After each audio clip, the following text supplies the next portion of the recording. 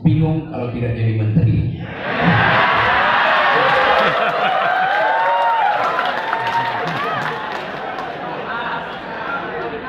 Di Jakarta, bahkan sampai tadi pagi semua orang WA-an soal komposisi kabinet. Tapi di sini kita bicara tentang komposisi masa depan, yaitu arah generasi.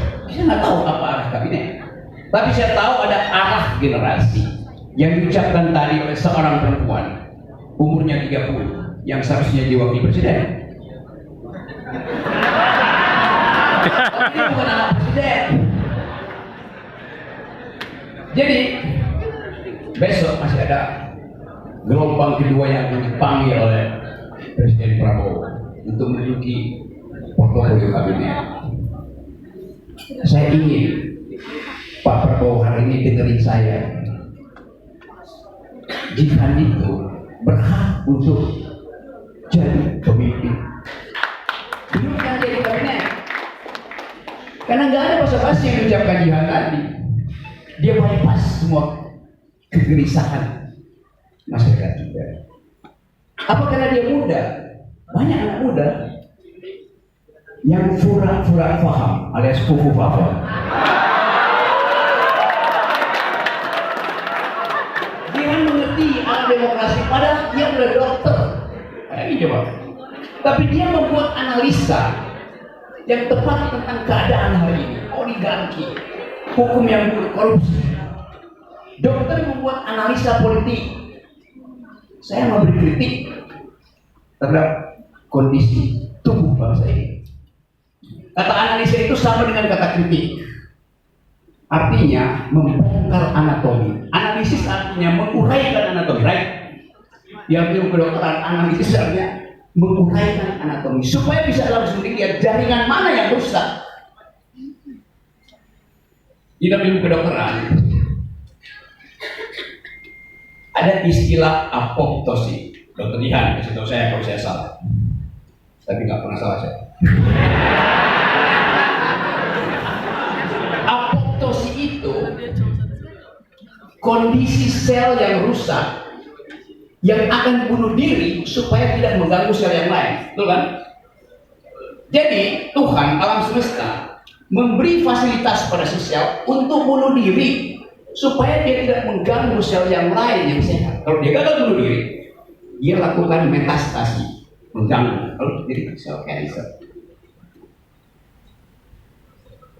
Jadi ada seorang pemimpin yang sekarang nggak mau bunuh diri, walaupun dia udah merusak kanker nasional. Namanya Dr. Mulyono.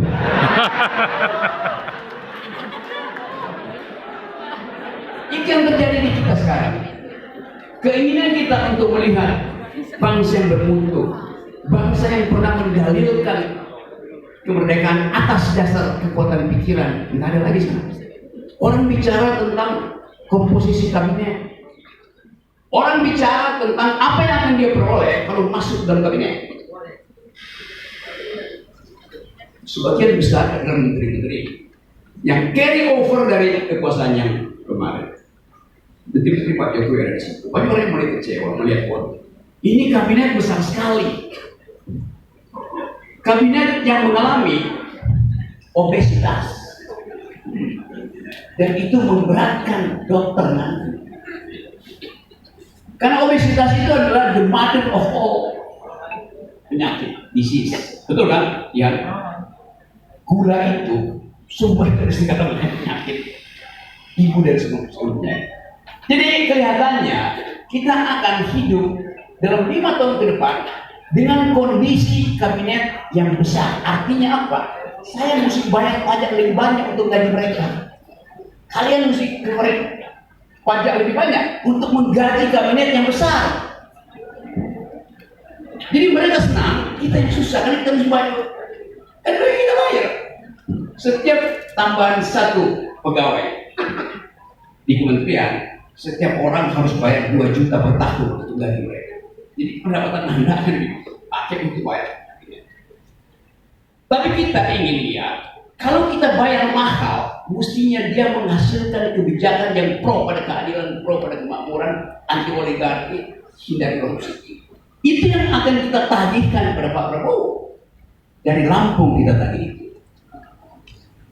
Nah, kemampuan ini yang saya andalkan ada di kepala teman-teman yang ada di sini.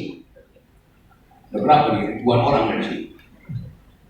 Dan saya akan ada di Lampung untuk ganti KTP supaya saya bisa nyalek dari Lampung karena pemilih saya udah banyak nih. Tapi kita mulai berpikir bahwa ternyata negeri ini tidak kekurangan calon pemimpin. Jika bicara dengan lancar, dengan kemampuan retorik dan logika yang bagus.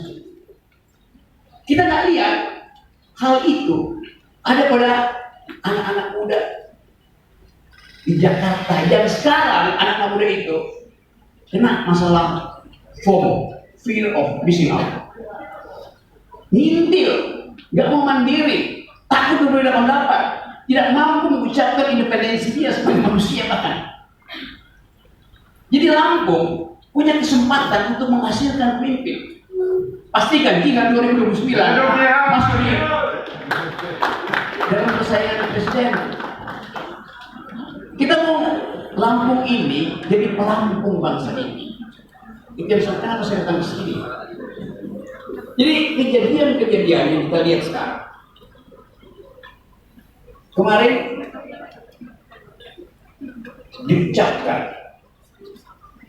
pemenang Nobel bidang Economics di ekonomi. 3 orang kebetulan pria yang mulai mempersoalkan fungsi dari institusi di dalam menghasilkan kebijakan yang beradab. Dia dapat Nobel dari French Academy, panitia Nobel untuk menghormati Alfred Nobel.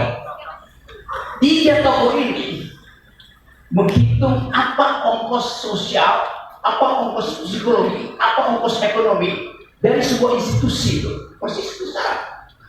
Kabinet itu sebuah